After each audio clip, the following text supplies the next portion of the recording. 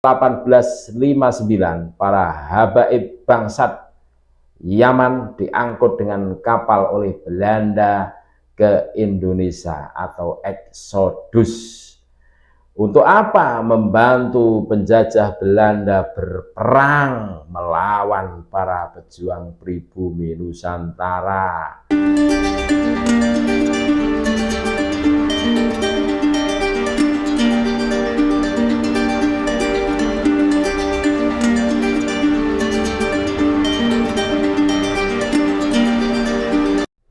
Assalamualaikum warahmatullahi wabarakatuh. Alhamdulillah wassalatu wassalamu ala Rasulillah Muhammad ibn Abdullah alladzi la nabiyya ba'dah. Allahumma shalli wa sallim ala sayyidina Muhammad wa ala ali sayyidina Muhammad, amma ba'd. Saudara-saudaraku sebangsa setanah air yang kami cintai, yang kami banggakan, yang kami muliakan dimanapun Anda berada, berjumpa kembali dengan kami channel Bejo Donya Akhirat. Sak bejo-bejane wong kang lali isih luwih bejo wong kang eling lan waspada. Tetap NKRI harga mati. Kalau selama ini kita mendengar bahwa Yaman itu negerinya para wali, sampai ada nyanyian ya tarim itu kan, ya tarim wa ahlaha. Terus kita mentasawurkan bahwa Yaman itu damai-damai saja, aman-aman saja. Yuk kita simak, kita kupas ada apa di balik negara Yaman atau Republik Yaman. Pada awalnya Yaman adalah negara republik berhaluan komunis. Pertama kali komunis atau negara komunis Yaman. Kala itu aman, damai, tentram, dan sejahtera. Jadi pada saat Yaman itu berhaluan negara komunis, itu ya damai, aman, tidak ada masalah. Nah, setelah tahun 1990 yang awalnya bergabung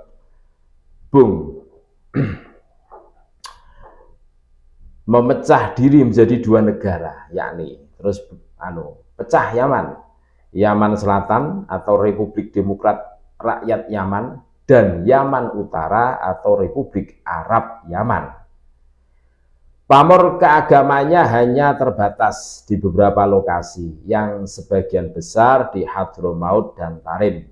Atau Yaman Selatan dikenal dengan istilah kota Saadah atau kota Ashraf, dengan istilah Habib, yakni kelompok suku yang mengaku keturunan Rasulullah Muhammad SAW. Di Nusantara abad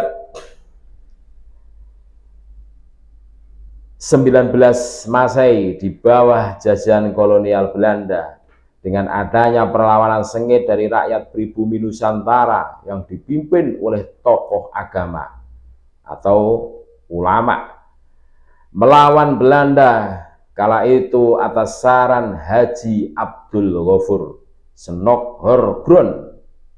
Sarannya Haji Abdul Ghafur atau Senokhorgrond mendatangkan para habaib dari Yaman. Pada tahun 1859 para habaib bangsat Yaman diangkut dengan kapal oleh Belanda ke Indonesia atau eksodus.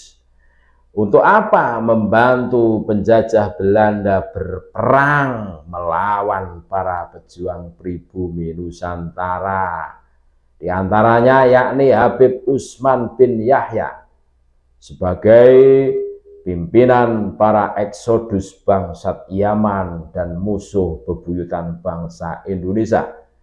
Diangkat dan dijadikan mufti Belanda di Batavia dengan gaji 100 gulden per bulan. Wow, luar biasa. Dan mendapat medali kehormatan yang berbentuk lencana pita salib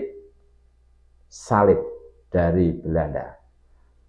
Mereka para habaib bangsat Yaman bersama laskar Arab Yaman berjuang membantu Belanda dan berhadapan dengan rakyat pribumi yang dipimpin oleh ulama Nusantara atau turunan Wali Songo, membela tanah air Nusantara atau Indonesia dengan semboyan hubbul waton minal iman.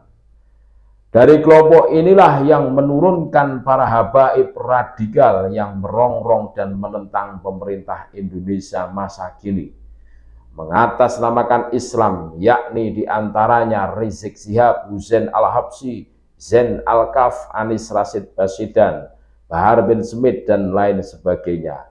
Dalam buku tulisan L.W.C. van den Berg dinamakan koloni Arab Hadromi di Nusantara. Di Yaman juga ada kaum Yahudi al-Yahudul Yaman yang wanitanya memakai cadar hitam atau burqa atau niqab. Dan selanjutnya di Yaman ada 3 golongan, yakni radikal Islami, At-Tajammul Yamani lil Islah, namanya At-Tajammul Yamani lil Islah, itu radikal Islam. Terus nasionalis Al-Mu'tamar Asy-Sya'abil Am. Terus sosialis komunis aliran Marxis Leninis Al-Hizbul Ishtirakil Yaman, Al-Hizbul Ishtirakil Yaman. Sejak itulah terjadi perebutan kekuasaan dengan menjual agama atau surga dan neraka, dan misinya tersebar ke Indonesia dengan mengkambing hitamkan Cina dan komunisnya sebagai sasaran tembak para habaib koloni Yaman.